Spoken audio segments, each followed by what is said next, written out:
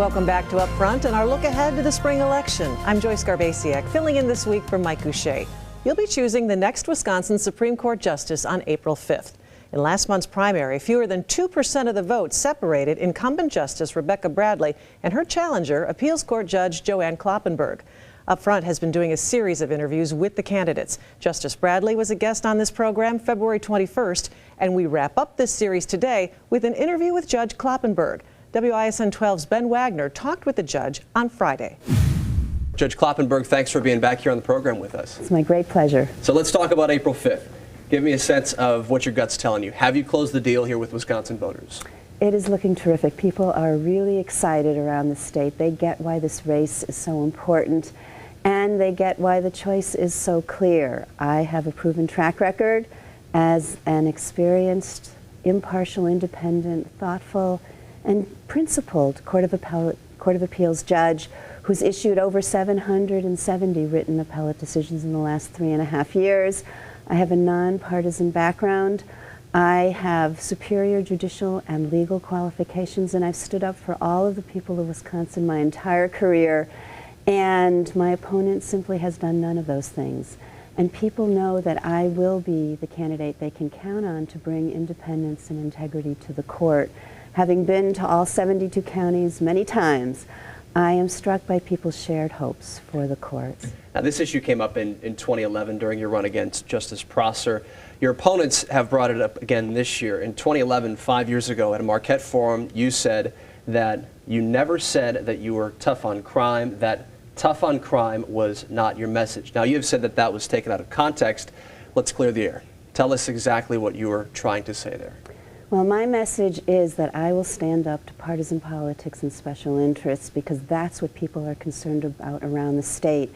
And I have proven myself, having issued over 770 appellate court decisions, about 300 of them in criminal cases where I, as part of, in almost every case, a unanimous panel on the Court of Appeals, have followed the law. We have affirmed the circuit court, rejected the criminal defendant's arguments.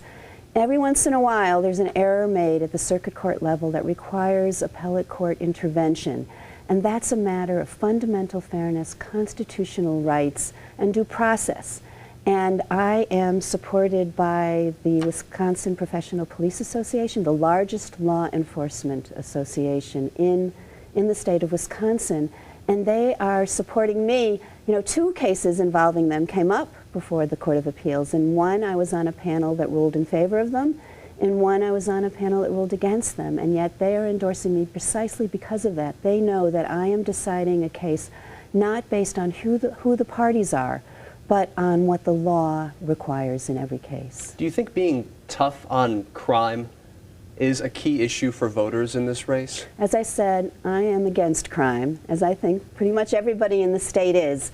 And what is the key issue in this race is keeping partisan politics and special interests off our court. My opponent brings a very partisan background with her, and a very partisan approach to the law with her into this campaign and onto the court.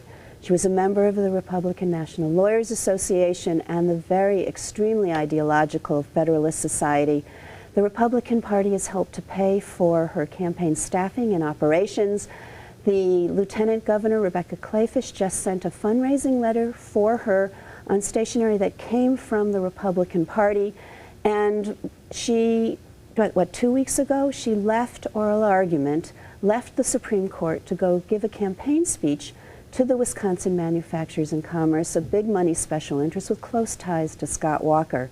And the first decision she made on the court were to side with Justices Gableman, Prosser, Ziegler, and Rogensack to quash efforts to review the Judicial Code of Conduct, including the recusal rules, and efforts to make the operations of the court more transparent. I, in contrast, have a completely nonpartisan background, having been an Assistant Attorney General working for the people of Wisconsin for 23 years. I was hired by Don Hanaway, a Republican Attorney General, worked for 4 Attorneys General from both political parties.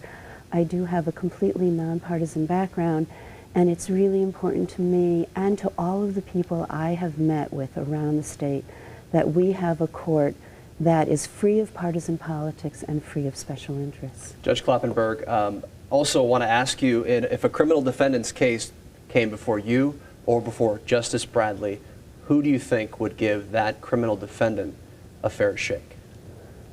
No matter what case would come before us, the voters of Wisconsin can count on me to give the parties appearing before the court a fair shake. I have a proven track record of doing so, and they know that I will be the kind of justice that I've been as a judge: fair, independent, impartial, principled, and disciplined.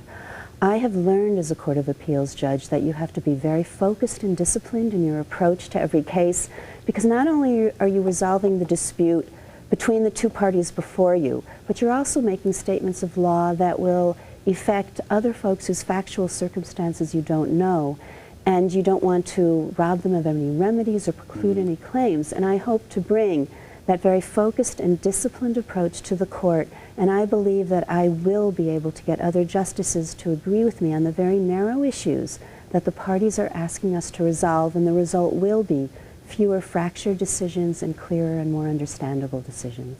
Judge Joanne Kloppenberg, candidate for the Wisconsin State Supreme Court, thank you so much for being back on the program with us. It's been my great pleasure. Thanks. That was Ben Wagner of WISN 12 News. If you missed Mike Gousha's conversation with the candidates for Wisconsin Supreme Court, you can still see it on our website, WISN.com. Next, big voter turnout predicted for April 5th. Is the state's biggest city prepared to handle it, especially with the new voter ID law? I'll ask the head of Milwaukee's Election Commission when Upfront continues. And remember, our editorial partner, WisPolitics.com, will keep you updated on the campaigns and statewide races. Just check out the election blog at WisPolitics.com.